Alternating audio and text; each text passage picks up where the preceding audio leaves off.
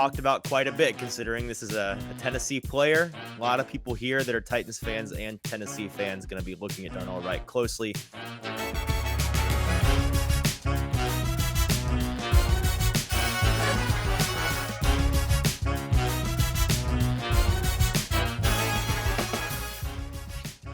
Welcome into the Hot Read Podcast. I'm your host, Easton Freeze, director of published content here at BroadwaySportsMedia.com. We're also brought to you by the 440 Podcast Network.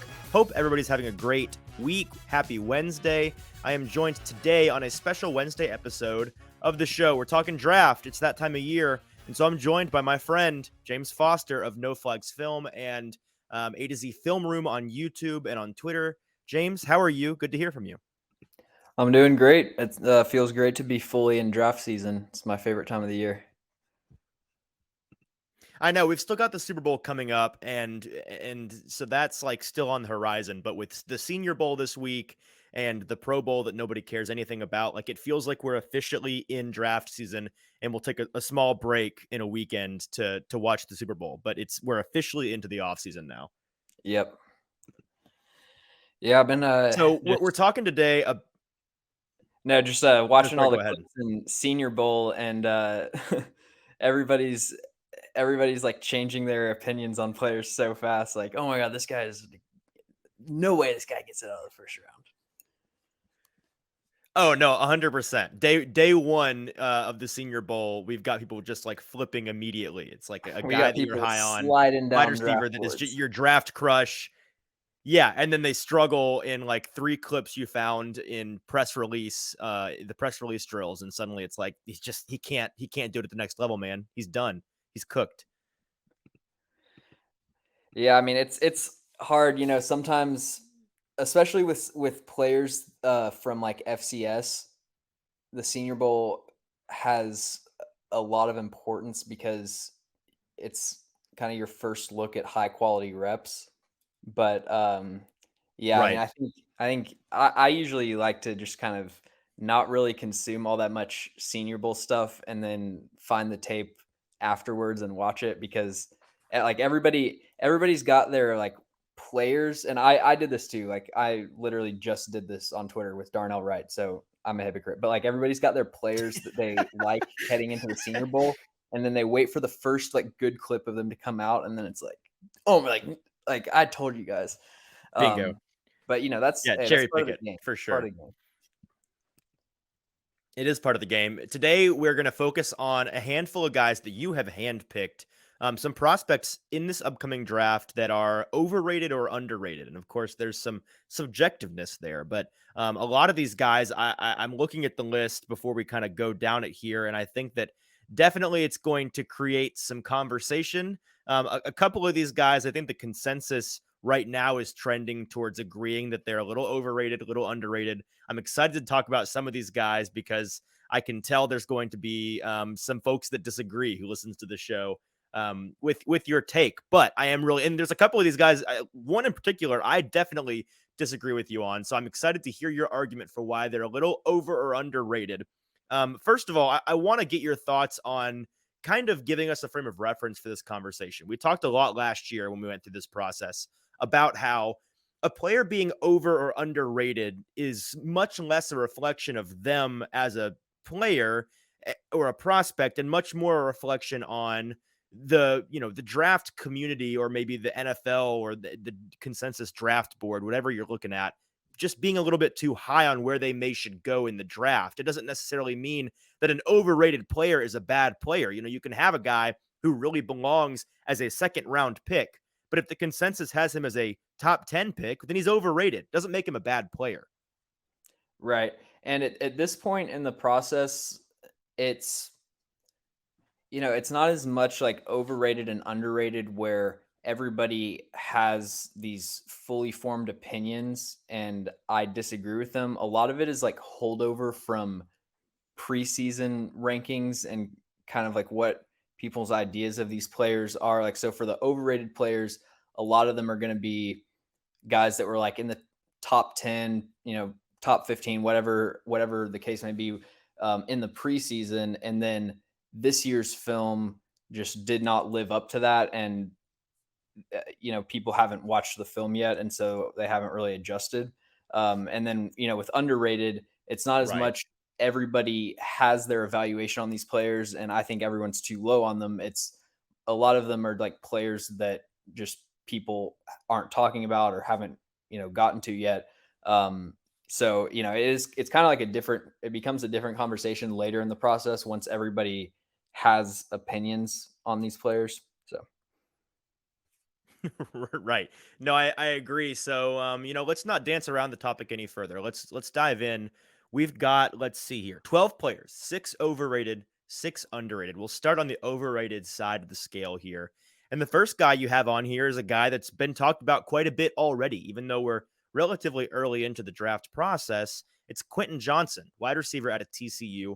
He's been talked about because on most draft boards, he's wide receiver one. He's definitely, depending on who you ask, in that top, upper echelon of guys in this relatively weak wide receiver class. Definitely a guy that you'd expect to see go in the first round just because of the necessity and the value of that position. But you think that he's a little bit overrated. Tell me about, what you see in Quentin Johnston that gives you a little pause.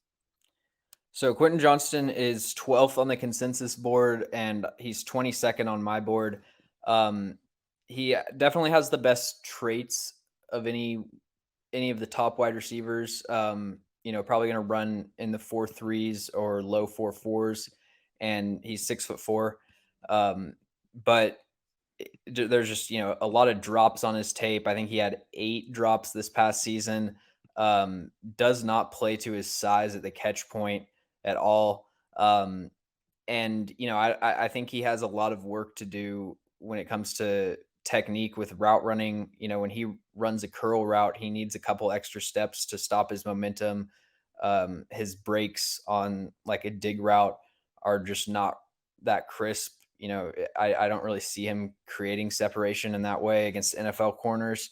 And then he's also really upright at the line of scrimmage. He's a big target, and it's really easy for corners to get their hands on his chest and slow down his route development. And so there's just a lot of red flags on his tape. Um, and I think that he's the consensus wide receiver one. I don't think Right. having him as your wide receiver one is a terrible, like, I don't even know that I necessarily disagree with that, because I'm not in love with Jordan Addison, JSN, really any of those top guys.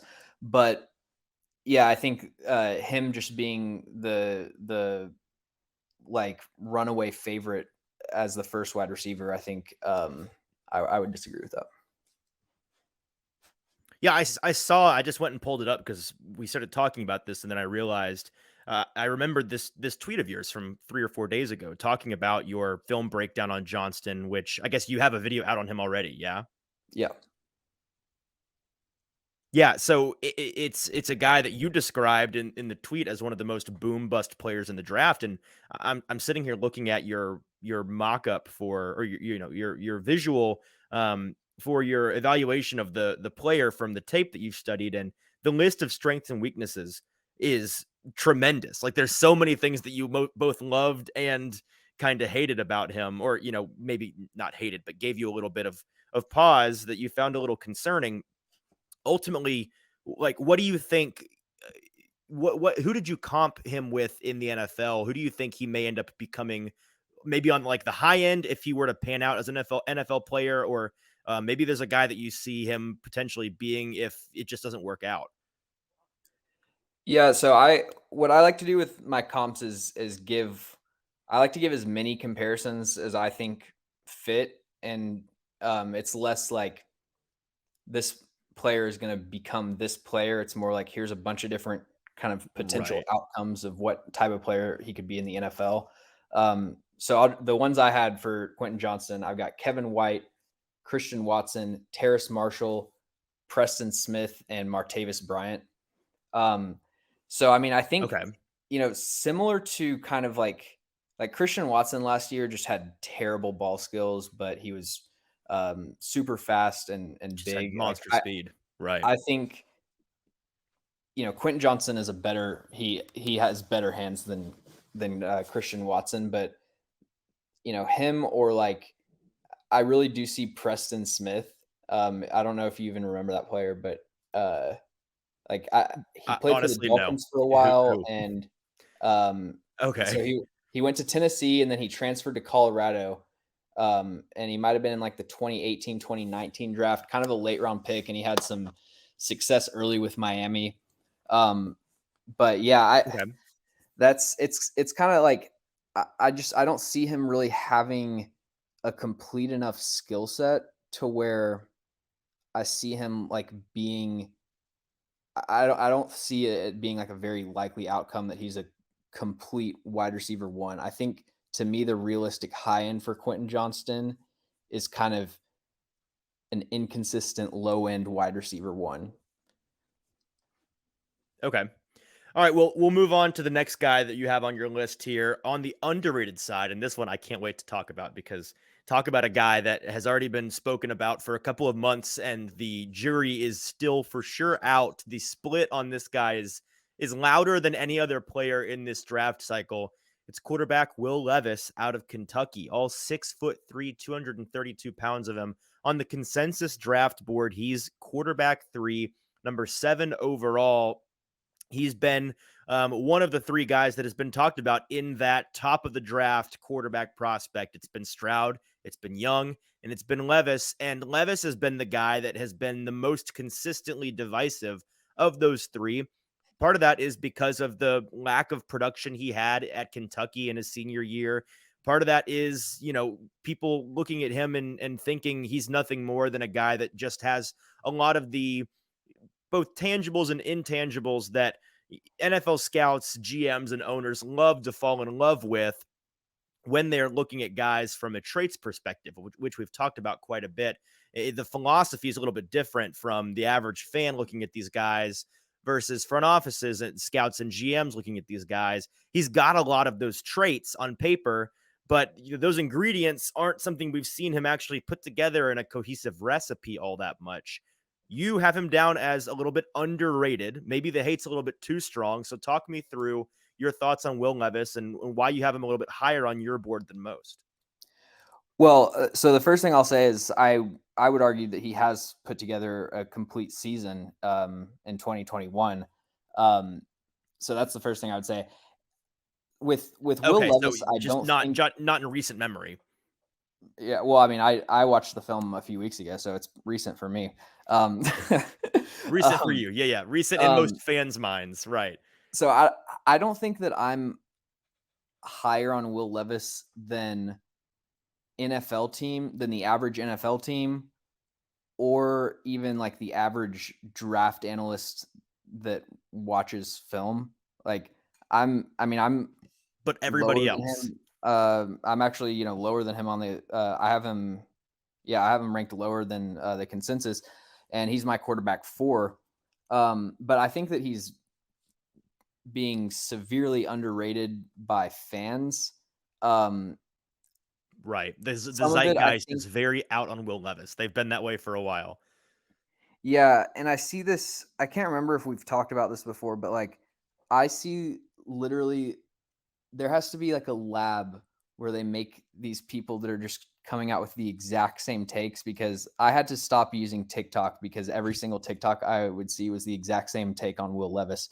And it's like, um, is the future, Why am I is not the, shocked that your TikTok is just TikTok draft analysts over and yeah, over? That's not surprising. like people calling him the future Zach Wilson. They're nothing alike as prospects. Um, there's a lot of people talking about like pro day throws that hasn't happened yet, but pro day throws are not affecting any NFL team's opinion of a player. I see another argument I see is like, this is the exact same thing we had with Trevor Lawrence and Justin Fields, where they were quarterback 1 and quarterback 2, and then late in the season you get Zach Wilson rising up the draft boards and people overthink it and like trying to Mhm. compare it to Will Levis. Will Levis has been on NFL teams' radars since like before anyone heard of him. I mean, because he's got a rocket arm. He operated an NFL offense effectively. So yeah, I think there's a Yeah, lot man. of. I really do think that like the Zach Wilson becoming a clear bust a few weeks before everybody started talking about Will Levis has really polluted the discourse on him, and it's like I just some of the most extreme No, that's takes where it totally just seems like fair. you haven't There's even watched them. And the It's been a last lot thing I'll of say with groupthink too. I've seen a lot of pile on just because a handful of folks have really not a handful of key folks I've seen be like, I just don't see it with Will Levis, which is fine. You can have that opinion. But it's been this like groupthink pile on of like, oh yeah, Will Levis is not it. There's also, frankly, there's been I think a race element to it, just because there's long been the discussion around how NFL teams um, don't necessarily value black quarterbacks the same way that they do white guys. So a lot of people that I think are more shallow thinkers aren't interested in actually looking at the people as or these players as prospects and evaluating them blindly, are looking at these two guys in Young and Stroud, who for a while have been the two guys that people have been looking forward to in this draft class at quarterback. And then this big stereotypical like Josh Allen build rocket arm white guy comes flying up the board, and then they see him not produce in his senior year or in his final year at Kentucky. And everybody's like, what is this nonsense? Which I get on a shallow level. But if you look into him as a player, that shouldn't matter.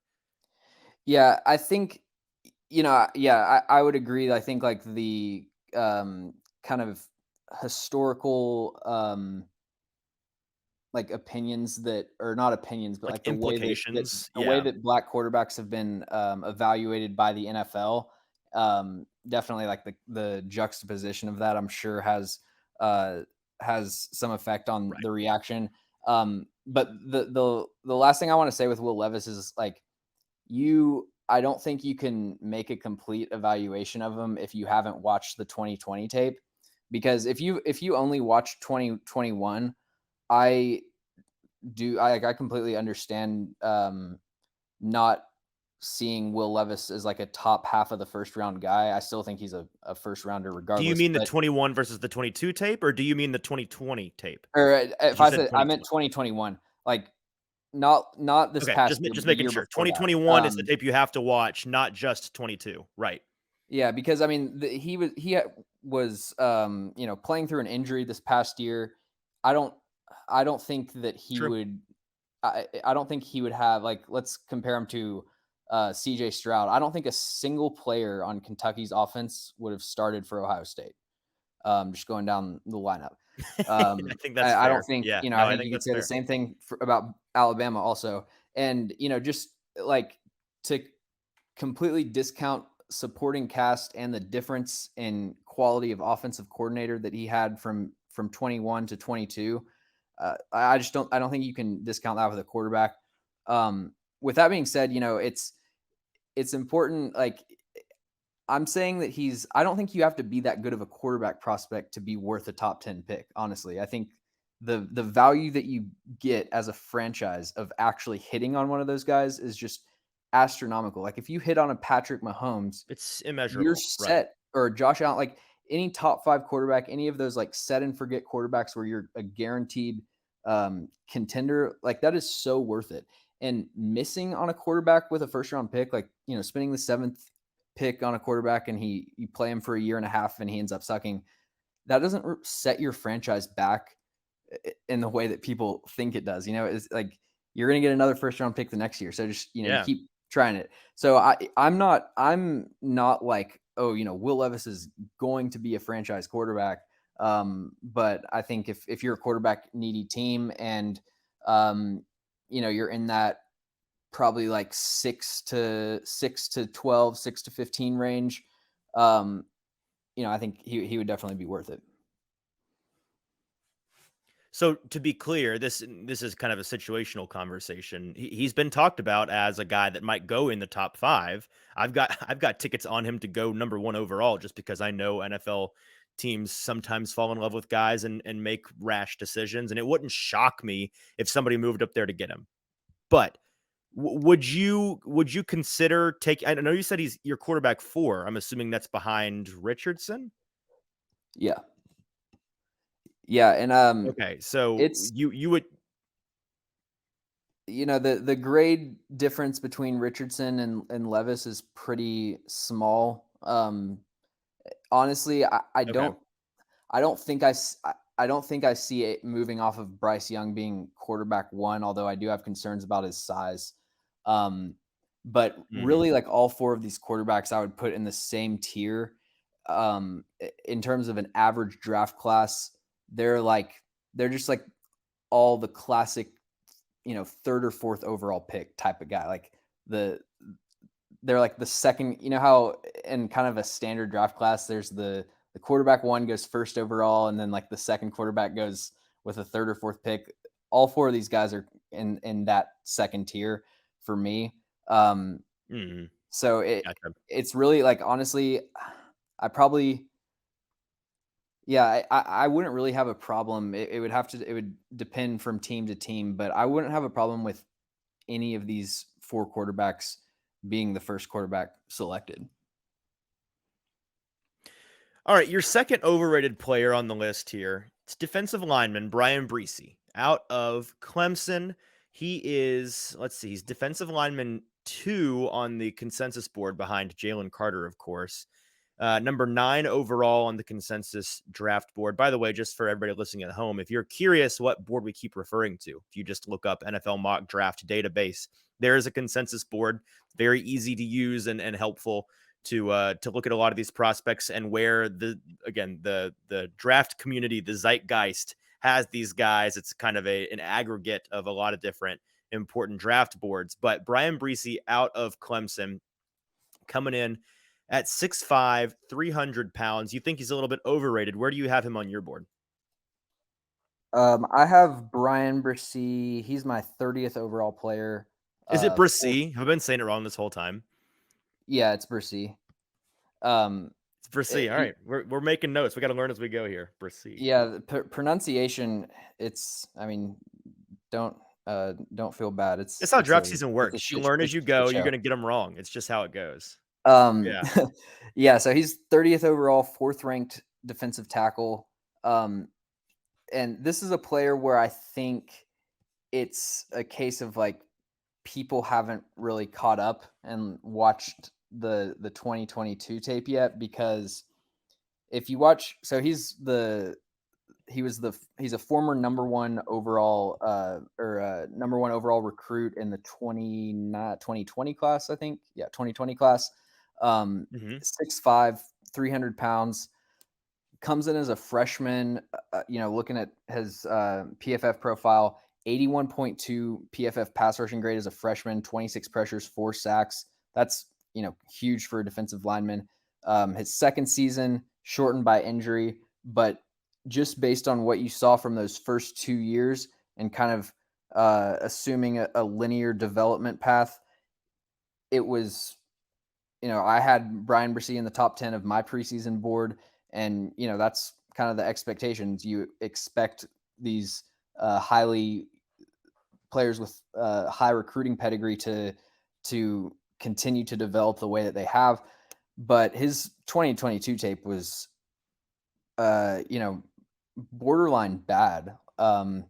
Like there were games where Right. I he saw a was lot of people pretty high on him in that Georgia Tech game early in like September, and then it just went downhill from there. right. And so that's the thing is what I'll say with Bryan Bresee is if you're listening and you're someone who is interested in like watching film on these guys, what I would say with Bryan Bresee is you got to watch more than just a couple games, because what I did is I watched week one, Georgia Tech, like you mentioned, and then the first game Mhm. that I saw posted for Clemson, I got the UNC conference, the ACC championship game. Those were his two best games of the season. So I watched those and I'm like, oh yeah, Bryan Bresee, Right. top 10. Yeah. Yeah, he's got these like problems, but great. And then you watch the rest of the games and it's like, wow, I literally like watched the two good games of his year. I mean, Oh, it's the rest of it's trash. Oh, cool. against Awesome. Tennessee, like he was getting teleported across the line of scrimmage. He has Oh, yeah. a real problem with pad level and playing too upright. It's just so easy for offensive linemen to get their hands on him and control the interaction. He's a really flexible player, and so at the college level, especially against lower competition, you'll see him lose with his hands, and then he's like in this upright position. The offensive lineman has great leverage underneath him, but he's able to swim through and still kind of wreck the play. But if you put on your projection cap and try to think about, the NFL instead of, a Wake Forest guard or something, the results are going to be different. The one thing with Bryan Bresee, and I didn't realize this, I was listening to, I forget what podcast, but they were saying like his sister, maybe like 11 years old or something, passed away in September of this year, which is absolutely uh, a like that's the definition of a valid excuse to not develop in that way. I don't really know how to factor that into my Definitely. analysis, but like that is something that should be mentioned. And yeah, I mean, 24 pressures, 3 sacks on the year. He's someone that I really don't see going in the top 25. And if you look at guys who are plugged in around the league, I'm checking right now. I don't think, let's see. Yeah, so Daniel Jeremiah had Bryan Bresee going 30th overall to the Chiefs, and I don't think I think Mel Kiper had him falling out of the first round in his most recent mock draft. So, when you look at the signals from people that have NFL sources, it definitely seems like the NFL doesn't have top 10 grades on Bryan Bresee. Well, and the other thing about him that makes it hard to really consider him in the top 15, top 20 is that he seems to me at least, and I'm curious if you agree, he seems like he's a purely interior guy. Like from what I've seen, his ability to play in space is really limited. He struggles a Well, lot. yeah, Like you and wouldn't be able to move this guy around all that often. I so yeah, I agree at the NFL level, and it's actually interesting with that. Clemson started playing him towards the end of the season. They started playing him at defensive end because he was just getting moved back in the run game on the interior so much. I Mm. would, I would say check out the Florida State game. That was kind of the first eye-opening game that I saw for Bryan Bresee. Probably like it was the first one that I watched in this most recent film session, and it was like the first bad game of his that I watched. Where yeah, I mean, yeah, he doesn't really put up. He's not great at really setting his feet and dropping his anchor when he's in a double team situation. And yeah, I think he'll go probably late first, early second, just because of the traits. I mean, the traits are still there. But I don't know that he has top 10 traits in the sense that if the production was there, he could go in the top 10. But I wouldn't say he has traits where it's like you've got to have this guy, even if the production isn't there. It's just like generational traits that you have to bet on. I don't think that's the case. Your second underrated player is a guy that can play on the edge, and that's edge Nolan Smith out of Georgia, coming in at 6'3", 235.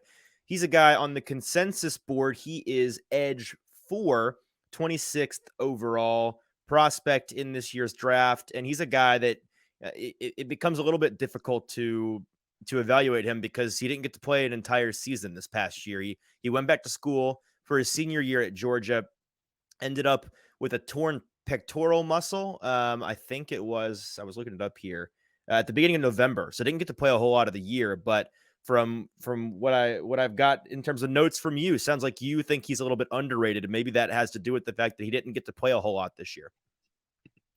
Yeah, I mentioned this in when I came on for my mock draft episode. But he kind of Right. I suffers. remember. He suffers from the Georgia defense issue where they just don't let their front four guys pin their ears back and rush the They don't passer. let their It's a dogs eat. They really right, don't. but it goes back to the thing of like college coaches are not trying to give us a clear picture to make an NFL evaluation. They're trying to win, and It's so not their job. Yeah. their front defenders had run support duties first and foremost. But when you do see Nolan Smith rush the passer, I mean, again, another former number 1 overall recruit from the 2019 class. He has elite bend. He's a little bit undersized, but he's still 6'3". I'm interested to see what the arm length is for him. But one of when you compare him to like Miles Murphy, it's night and day in terms of his technique and the number of different moves that he has at his disposal. Um, so I to me I have him right now as my edge 3 with Miles Murphy as edge 2, but I'm kind of debating. It's really Miles Murphy's basically like Trayvon Walker. He's just the Hmm. production is not really there on a consistent basis, but he has the dream build for an edge rusher. Um, but yeah, I think Nolan Smith, just such an explosive first step. Even being a little bit undersized, he's been an elite run defender his entire college career. So, I think he's a top 12 player in this class, and yeah, definitely underrated. Your third overrated player is a guy that I, in my early evaluation of this draft class, took a little bit of a liking to, but now I've heard enough people caution me on that I'm willing to consider changing my mind. But it's cornerback Kelee Ringo, another Georgia guy. He comes in as cornerback 4 in this draft class on the consensus board, 18th overall, weighs in at 6'2", 210 pounds. He's a guy that we talked a little bit about, I think, on the episode last Wednesday in the mock draft episode. But you're not as high as the consensus on Ringo. Talk me through what it is about his game that makes you a little concerned. Yeah, so Keely Ringo, he has, from a length, size, speed perspective, he's the ideal press corner. But when he misses with his hands or gets kind of shaken up at the line of scrimmage, he panics with his feet, and his hips go all over the place, and really, I mean, like, just gets beat at the line of scrimmage way too often for someone who you're wanting to come in and be a press corner. Um, and you know, I think there's certain schemes. He could be worth a first round pick if there was a scheme that was like dedicated to masking his weaknesses. But yeah, I don't have a first round grade on him, and I think especially when you look at this, when you compare him to this cornerback class. Um, let's see, what is he? He's my sixth ranked corner, 43rd overall player. Um, he was someone that I think had a lot to prove to be a first round pick this year, and I don't really think he did that. Um, a big thing with him So where also do you is have him going? I have him. He's my 43rd overall player. Okay. Yeah. The other big thing with him is a lot of missed tackles in open space, and gets juked out pretty easily. But he's still Okay. the high end. Like the flashes are great and exciting, and I had him going to Philadelphia in my mock draft. I think if if he can be in a situation like Kyer Elam was this year, where he's not asked to be like cornerback 1 from the jump, and Hmm. if you're a team and you feel confident that he can fix a lot of his issues, I don't know. I don't really trust him. I wouldn't trust him in man coverage.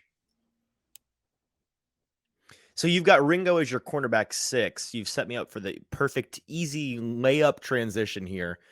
Your third, let's see, yeah, third underrated player on the list is another cornerback in this class who just a day ago on Twitter you called the most underrated prospect in this draft class. It's Maryland cornerback Deonte Banks. Where do you have him on your cornerback rankings? He's the first guy we've talked about here that is not a consensus first round, early second round player. He's all the way down, cornerback, too many to count, frankly, here off the jump. He's number 91 overall prospect on the consensus board. Now, I do see they show the trends here, and recently he's been trending further up and up boards. So I think that people are starting to realize that he's been slept on a little bit early in this process. But talk to me about Banks, why you love him so much, and why you think he's so underrated. So Deonte Banks falls into the category of people just haven't watched him. Which I mean, like, I underrate players by Maryland, not what are you rating gonna them do? when I haven't watched them. It's not like takes people a long time Sure. to get through all these players. But yeah, I was I was put on his radar when um I think like one of the ESPN guys had him as like a first rounder. And I pay attention to that stuff early in the process because I want to be like early to watch the film on the guys that are going to go early. And so, um, yeah, when I saw that, I checked out his film and was just, I think that he is really a an all around cornerback prospect. Like he's really good in press, plays with great leverage at the line of scrimmage. He had this rep against, um, I can't remember the player, a receiver for Ohio State, where he just like bench pressed him, put the release in neutral, and then just like drove him 7 yards back past the line of scrimmage. One of the most dominant press coverage reps Okay. that I've seen. Um, he has really smooth hips. He can make really quick speed turns. He's really composed and comfortable playing the ball down the field. There's a lot of times it's a really difficult situation for a corner where you're not in phase, meaning you don't have hand contact with the receiver and you're like chasing him downfield and the ball's coming over your head. Like that's an almost impossible situation because you need to run full speed to recover and not allow separation.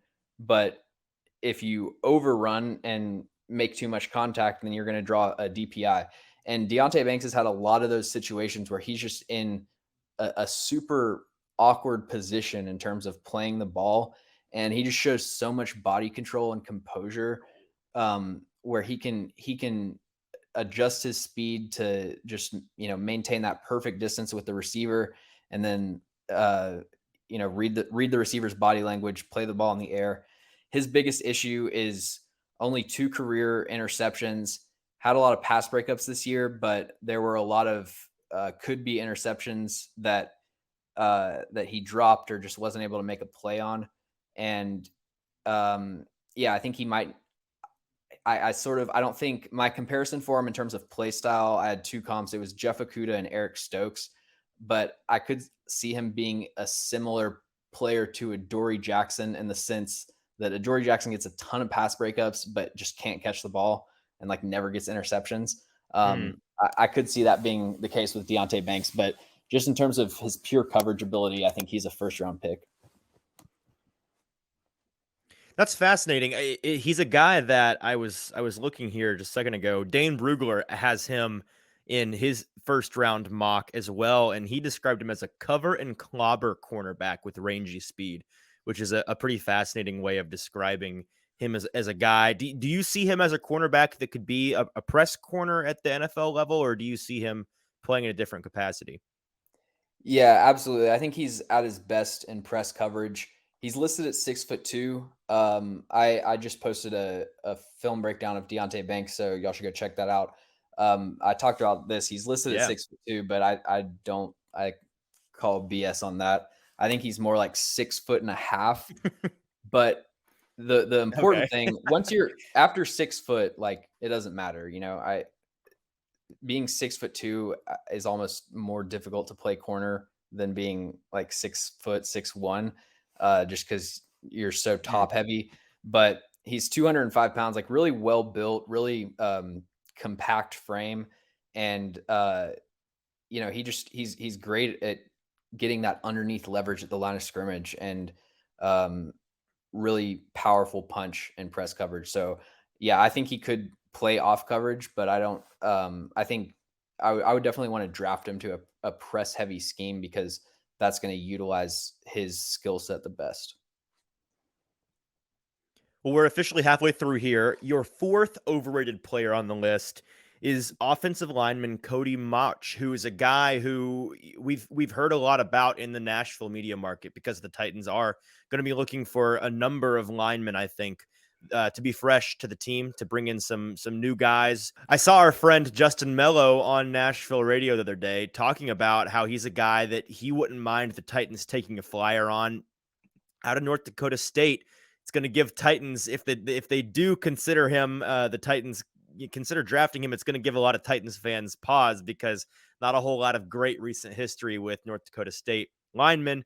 He's a guy that is coming in and is, I think, expected at the NFL level to be a tackle to guard transition guy just because he's not going to meet the requirements of arm length. I don't think, I'm guessing you probably have what he's going to measure out at Yeah, arm length wise, but he I'm measured confident that he's he measured at the Senior Bowl 32 and an eighth inch. So yeah, has to be a guard. okay. Yeah.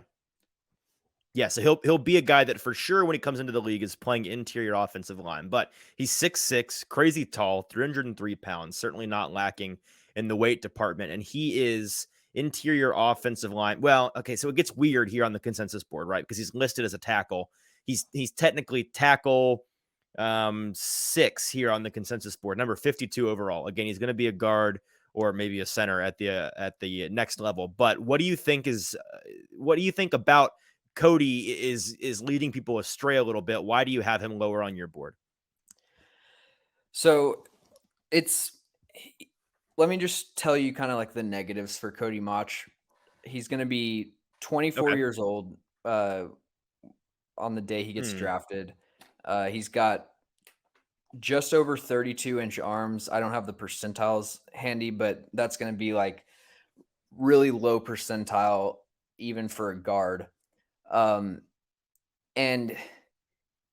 you watch his tape. This is not a helmet scouting thing. Like, being against Cody Mauch or whatever North Dakota State tackle because of Dylan Radins is lazy.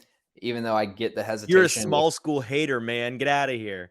Yeah. Right. I mean, like, I get the hesitation if you're a Titans fan, but it's, everybody's just a completely different player. And yeah, he's kind of, to me, like a one of these people that like just plays against bad competition. He gets a lot of pancakes, but they're not necessarily impressive pancakes in terms of like his technique or movement ability. It's more just like he's an NFL athlete and everyone else on the field isn't, so he kind of throws people around. Mm. He's really fast. Most offensive tackles have to kick slide around the pocket. He can literally just like sprint around the pocket like a wind up car. It's kind of crazy foot quickness, I would say. But yeah, like that's really it. He's a fast guy that knocked over a bunch of terrible athletes. Trying guys that he won't be facing at the next level, right? Yeah, that's what I can say for me in terms of like just as an analyst. That's one of the things that I've had to adjust to when I first started watching film. Like I would watch, or when I first started watching draft film, I would watch these FCS players and I'd see them just dominate competition, and I didn't really understand the difference in competition level between I knew the difference existed, but I didn't really quite grasp the magnitude of it. And yeah, I'm not a fan of Cody Mauch. I think as a guard, a lot of his issues could probably be fixed, but his pass protection reps at tackle. So North Dakota State is a super run heavy offense, and I went through every single game of his film, and it would be like from each game there would be one or two actual true pass sets where he was in a one-on-one situation, and it wasn't a play action boot. It wasn't him with a double team, just like Cody Mauch one-on-one versus another player. So very limited film on him in one-on-one pass blocking situations. And the guys he's going up against are going to be, making YouTube film breakdowns in 3 years, and he wasn't he wasn't like pitching What shutouts. losers making He would those kind of get YouTube beat. film breakdowns? Yeah, like Total losers. if you're in the FCS, you need to dominate your competition.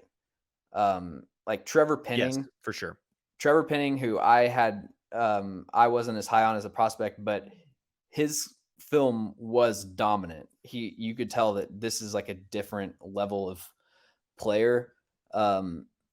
With Cody Mhm. Mauch, his film was just good, which isn't really good enough for me, considering his competition level.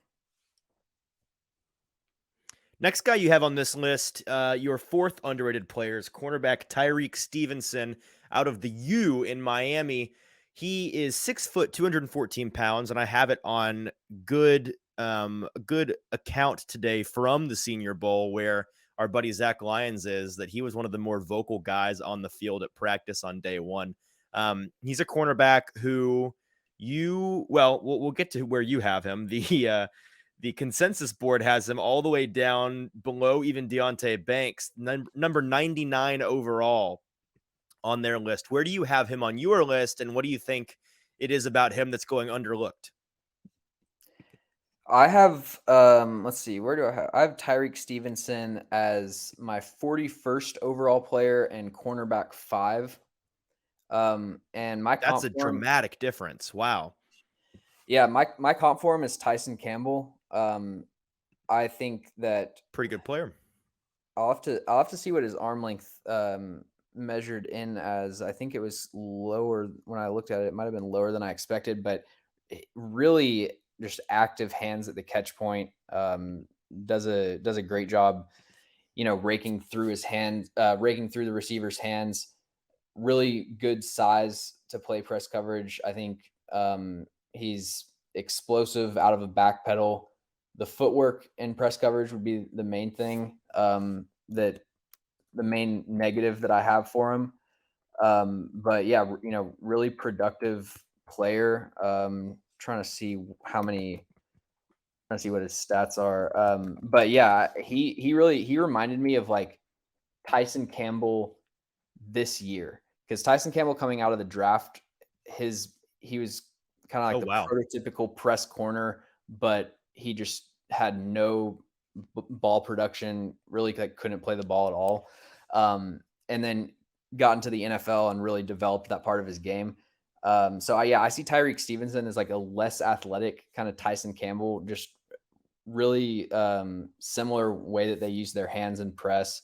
Um, I mean, I think it's it's hard with these corners, because once you can only give so many second round grades to the same position, um, before it's like, Right. well, They can't all go in the are they a second second round. rounder? Right. Like in this class, I have Tyrique Stevenson as my 41st overall player. That's just ranking the grades that I have.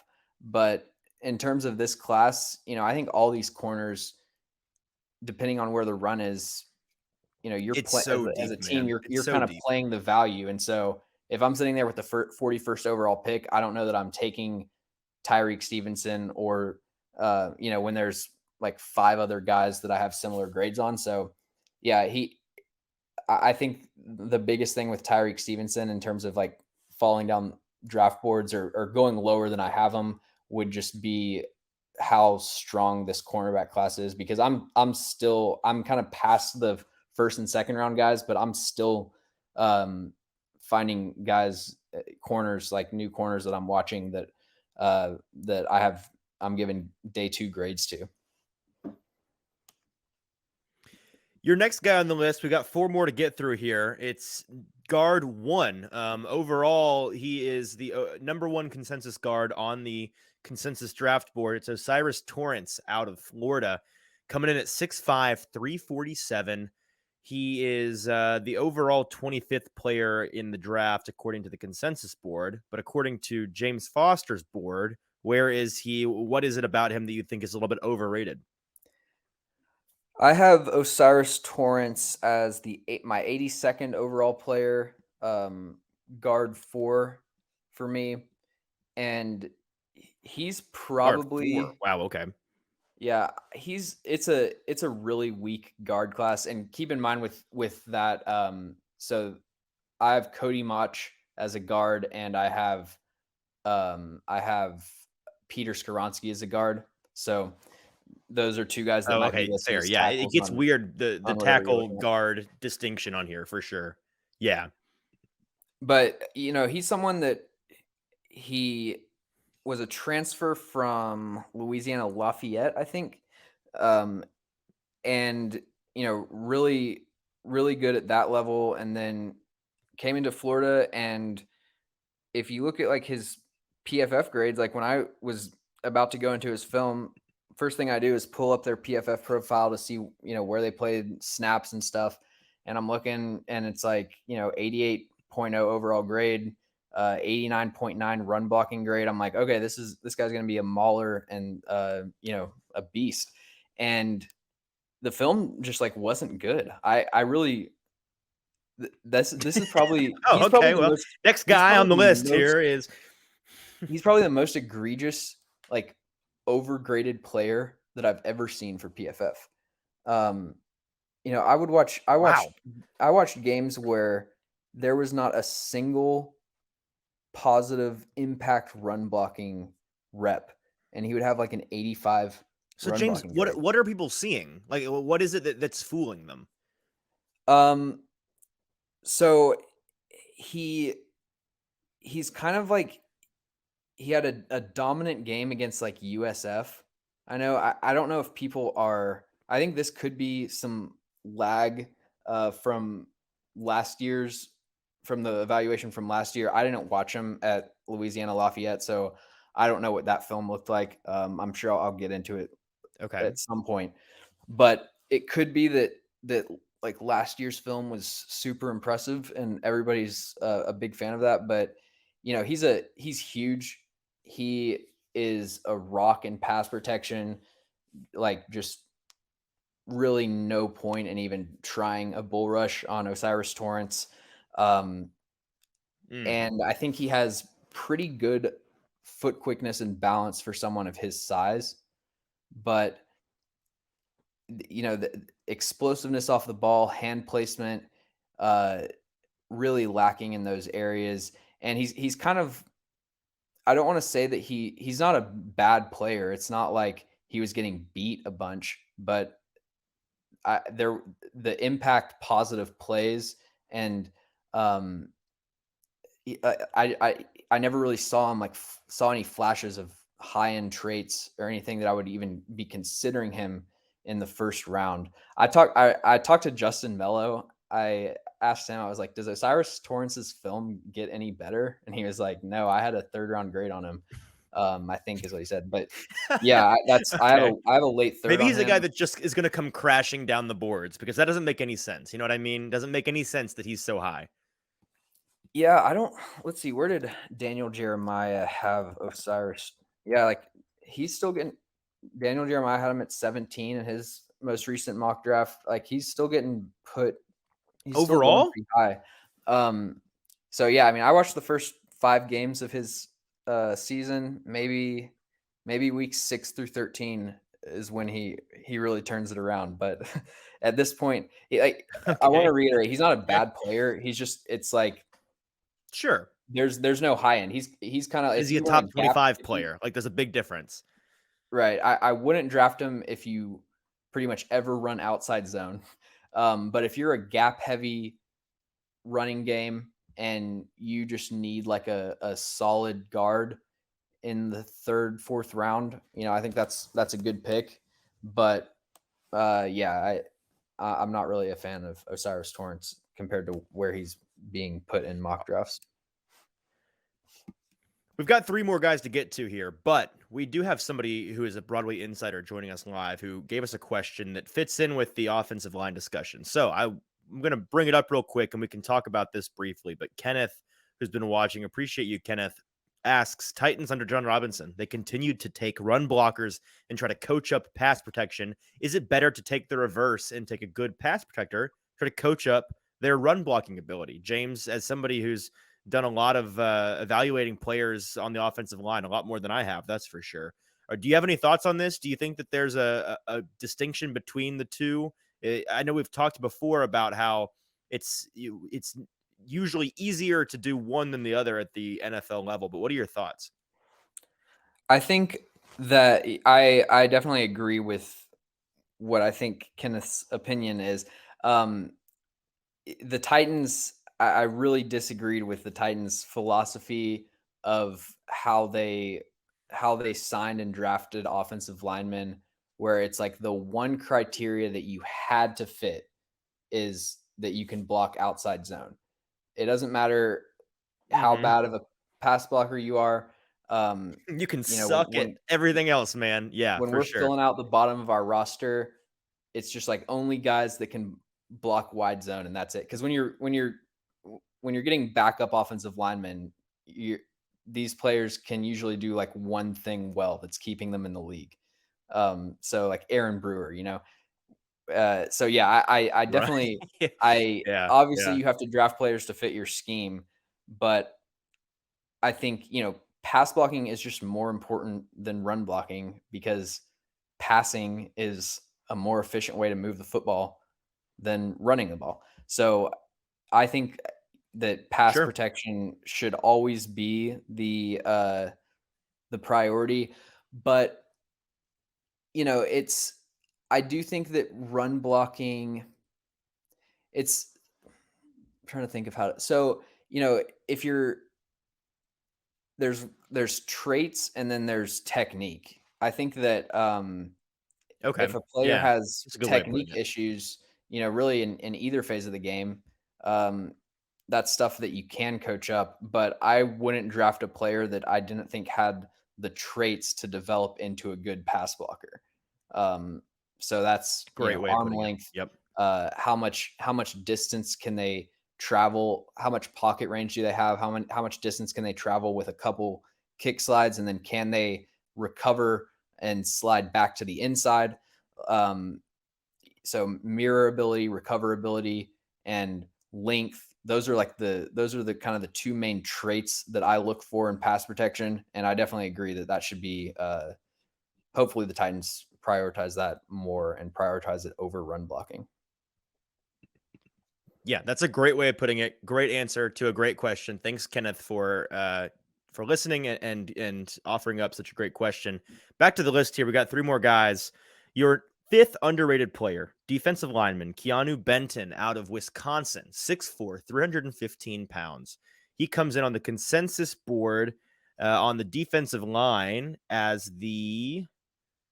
Am I missing him here? Where is he? Is he? Oh, here he is. 126th overall prospect. A good ways down the board here. Where do you have him on your list? I'm assuming you probably have him in the top 100 on your draft board. And what do you think people are missing about him? I have Keanu Benton as the 55th overall player and seventh ranked defensive tackle. Whoa, that's But crazy. I don't think that's so. Here's the thing with the consensus board is I don't think that it weights. I don't know how they do the calculation, but it's like you'll get Positional some of value. these. Well, no, eh, I don't think they weight when the board was made because there's some of these outlets like I keep I up with the gotcha. consensus, and there's you've got like Draft Tech, Tankathon, um, um, Draft Buzz. There's all these kind of different there's a few different outlets out there where I really do question if whoever's making these rankings like watches is watching these players. I don't. I sort of think that I think there's a lot of Okay. outlets that just kind of they might watch like the top 20 players, but I'll see places that have like a top 400, and it's like, how have you watched 400? How do you have an opinion on 400 players? Um, so I think there's Yeah. a lot of that No. stuff. No. No. I'm No. looking No. at his rankings. He's 143rd on Draft Tech. It's like I don't really think that's like a valid ranking. And I look at the recently updated ones. He's 70th on PFF's board, 54th on the ESPN Okay. board, 55th on Todd McShay. So like established guys that I know are watching the tape or like Keeanu Mhm. Benton, like Keeanu Benton. And my comp for him is a Liam McNeil. He's a nose tackle that I think has pass rushing upside. Um, and he's really just a solid all around player. Not anything crazy in terms of like he's a B to B plus in like every aspect. You know, pretty explosive off the ball. He flashes some nice hand usage in run defense.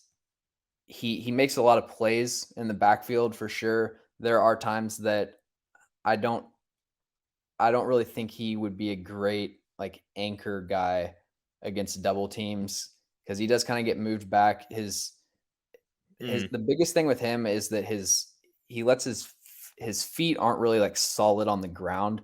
When he's trying to anchor against a double team, he'll just be like constantly resetting his base and shuffling his feet. And you've got to have your feet planted if you want to not move. And so that would be my biggest negative for It's a good Keanu rule of thumb. Benton. Yeah. And I don't think he's not going to be this great elite interior rusher because he doesn't have the bend to finish pressures into sacks.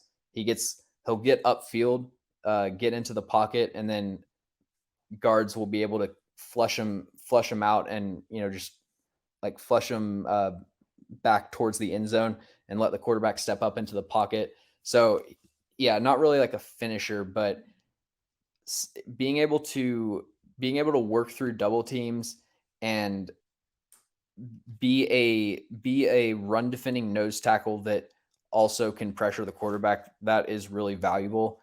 And I think so. Yeah, I think he is a back end of the second round type of guy. Um, yeah, just because same thing with Aleem McNeil really is like if you have pass rushing upside as a nose tackle, that's something that NFL teams are going to value. This next guy on your list, he's the last overrated player that we're going to talk about today, and he's one that I texted you about earlier today because I was watching some of his tape. I'm really excited to hear your thoughts on him. It's Henry To'oTo'o out of Alabama, linebacker. He is the consensus linebacker 54th overall player, coming in at 6'2", 228 pounds. And I've got some thoughts on this guy, but I want to hear yours. What do you think is being overrated about Henry To'oTo'o? I think Henry To'oTo'o's kind of so he was a highly ranked recruit, like a high 4-star, goes to Tennessee, Definitely. transfers. He went to Tennessee, started as a freshman, was pretty solid for a freshman, and then transfers to Alabama. And similar to a lot of guys, it's like I think a lot of him being overrated at this point is just uh, like holdover from preseason evaluations where people are, I guess, expecting him to take a major step forward. But I have him as my number. Let's see. I got to scroll down here. I have him at Not 103 a good on sign. my board. And for Mm. context, I have given 121 grades. So I have a I He's just gonna have keep falling the more guys you grade, is yeah, what I have I'm a hearing, late yeah. 5th round pick. So he's once I as I start to add in grades for all the mid round guys, he's someone that's gonna continue to slide down. He'll probably end up around like 150, 160. Um, Mhm. there's really doesn't really have high end traits. 6'1", 230. Um, he is a terrible tackler. I have a on Huddle. That was what I have a my number one note 23 was this guy cannot tackle. I have a playlist with my Henry To'oTo'o juked out playlist has 23 plays on it. Just for I bet to context, say, I like bet it's pretty that's long. from I all of bet his it's pretty long, 2022 yeah. film. Like I've never, I don't want to say never, but he gets juked out as much as anyone. It's kind of insane. It's so And then much. on top of that, a lot of just like general missed tackles, not wrapping up. I I did. I will say, I think for a smaller guy, I was really impressed by his ability to shed blocks. It's not perfect, it's not consistent, but he's shown some flashes of like really quick hands, accurate hands, and being able to disengage. So I think that is something that he has going for him. Coverage, he made some nice heady plays in coverage, like you know, recognizing a trick play type of thing. But in terms of his ability to like man up a running back, I did not see that. And then so yeah, the two big issues with Henry Toto, size, and he he can't tackle and he can't like break down and uh tackle in control in space when the running backs or the ball carriers moving in the opposite direction. And then really just not enough high end traits, skills, anything to offset that. Um, he's going to be a Did you have an player NFL comp when or I two write him when you up. were evaluating him that you thought of? What do you say? Did you have an NFL comp or two that you thought of when you were writing him up? No, I do comps later unless when there's someone that jumps out, I'll Okay. write it down. But then I was just I curious. usually, yeah, I'll go through and because like with him, it's when you get to later round guys, you got to really get into some deep cuts and Sit like there and think start, about it. looking. You're going through the 2013 draft. You're like, oh, that fifth round corner. Like, let me check out his highlights. See what I think he's kind of yeah. So Yeah, it's yeah. it's stuff like that. But yeah, just not really enough high end to balance it out.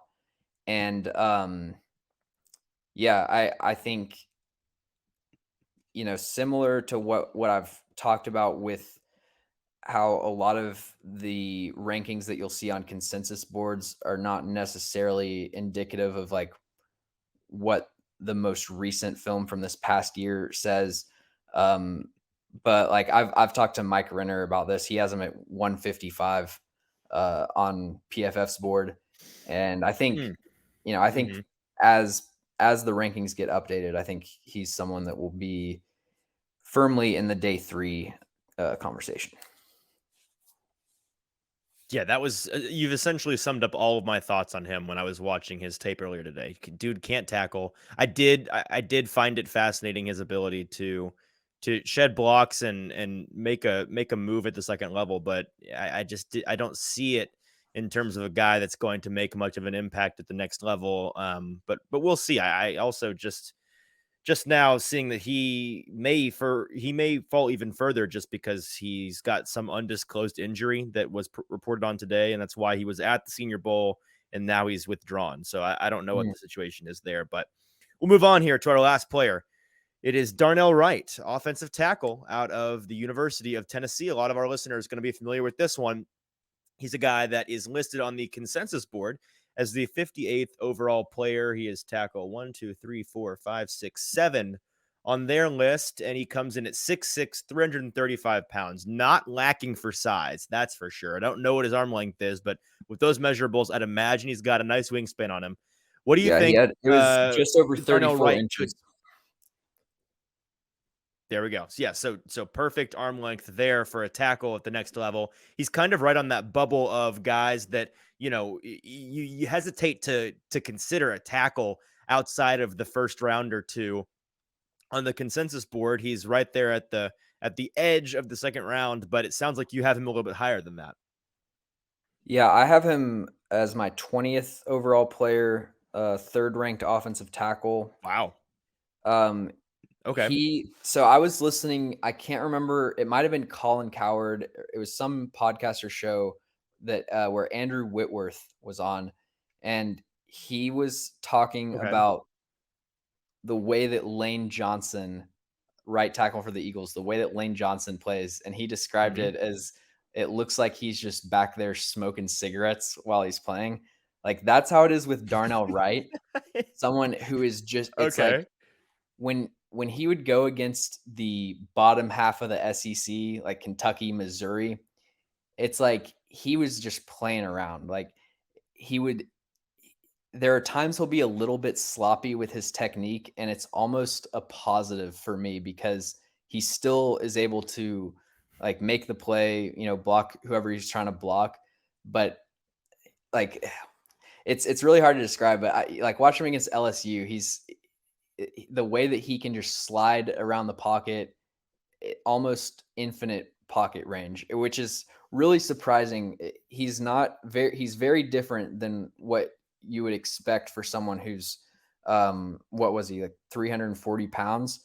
He moves. He's listed 335. I wouldn't be shocked if he's a little bigger than that. Yeah. Yeah, he might be like the best mover um of any offensive tackle in this class when you adjust for weight. Like if he lost 30 Okay. pounds and went down to 310, like most offensive tackles, he might like set the combine record for 3-cone or something.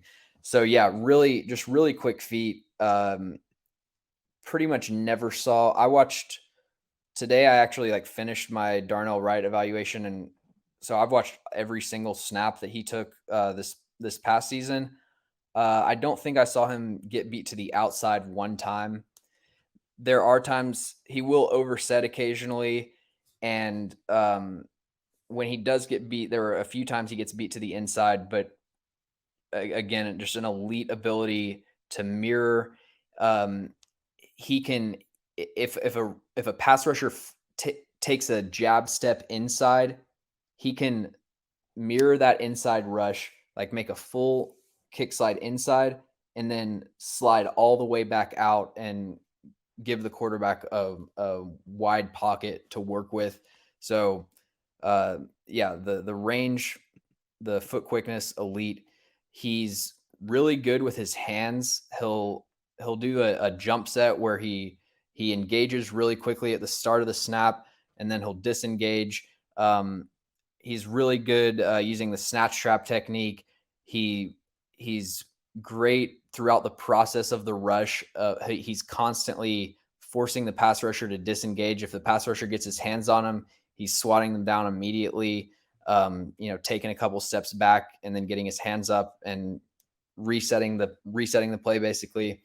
And then he kind of has that nasty like block finisher mentality, puts as many people on the ground in pass protection as anyone in this class outside of DeJuan Jones, probably. And then he's also, as a run blocker, he has a lot of power on down blocks and double teams. Tennessee's rushing offense, they maybe ran like outside zone 3 times. So you pretty much have nothing to evaluate in terms of hand placement and technique and zone blocking. And run blocking is the main issue that I have with Darnell Wright. The one consistent Okay. real negative that he has is that he'll lower his head at the point of contact and allow defenders to swim through him. And then when he's heading to the second level, he's going for that highlight block, and he's just kind of like barreling down, dips his head down. He's not looking at the player he's trying to block and just kind of throws himself into him, and doesn't have as high of a success rate as he should for someone who has the hand technique that he's shown in other aspects of his game. He's got the speed. I mean, he flies across the formation when Tennessee pulled him a lot.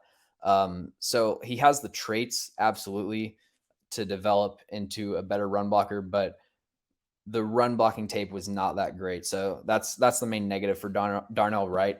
But going back into that guy's question, kind of like, this is where I would say the pass protection with Darnell Wright is definitely so good that I can't. I don't think I could not take him in the first round. And for the Titans specifically, I think he's a good enough player where if he was there in the second round, I might just say sayonara to NPF, honestly. Wow. Wow, that is a fascinating take and one that I'm sure will be talked about quite a bit, considering this is a Tennessee player. A lot of people here that are Titans fans and Tennessee fans going to be looking at Darnell Wright closely over the next coming weeks. But for now, we're going to be done. James, we appreciate your time so much. Before we get out of here, tell the people what you've been working on over on YouTube at No Flags Film. No Flags Film on Twitter.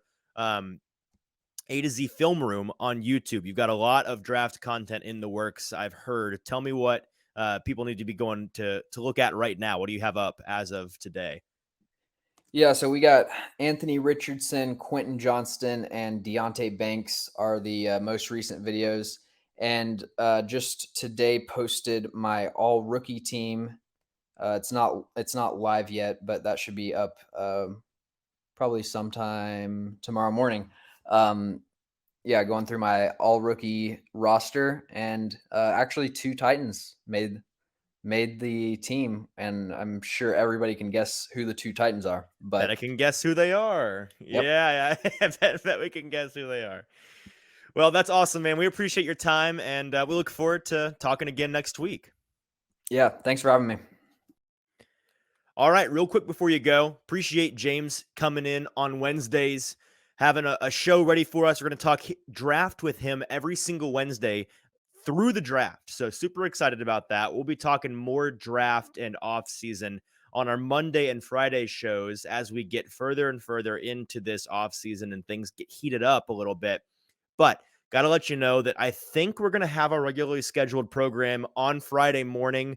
Have to warn you that there's a chance that one becomes a Saturday show. There's also a chance that we have a Friday show as usual and then a bonus Saturday show. Don't know yet because we have a interview lined up with our buddies Stoney Kelee and Zach Lyons, who are down at the Senior Bowl in Birmingham this week, covering the Senior Bowl for 440 and the Sobros Network and for Broadway, doing a fantastic job down there. If you're not following their coverage of the Senior Bowl this week on Twitter, and on a variety of different podcasts and YouTube platforms, you got to be doing that because just one day in here, they're already doing a fantastic job of keeping you up to date. If you're wanting to follow the Senior Bowl from a Titans perspective, they are the number one source for that. So make sure to do that. And we'll have an interview with them on Friday. We've got that lined up already. So I don't know whether or not we'll make that a part of the Friday show and maybe release the Friday show Friday afternoon instead of in the morning. Maybe we'll make it a bonus Saturday episode. Maybe we'll just push that interview to Monday. Don't know. Going to kind of play it by ear. See how much we have to talk about besides the Senior Bowl on our Friday and Monday show upcoming. But I can guarantee we will have a show at the end of the week as we usually do. And then going forward, every Monday, Wednesday, and Friday mornings, we'll have a show. James Foster joining us on Wednesdays, Mondays, and Fridays. A variety of other guests. Already got 2 or 3 other guests lined up. And we'll have a couple of people in the next 3 or 4 episodes that we've not had on the show before that I'm super, super excited to talk to. So looking forward to that. Make sure to tune in then. Producer JT will be back with me as usual on Friday. We will see you then. Until then, this has been the Hot Read Podcast. I'm your host, Easton Freeze. We'll talk to you later this week.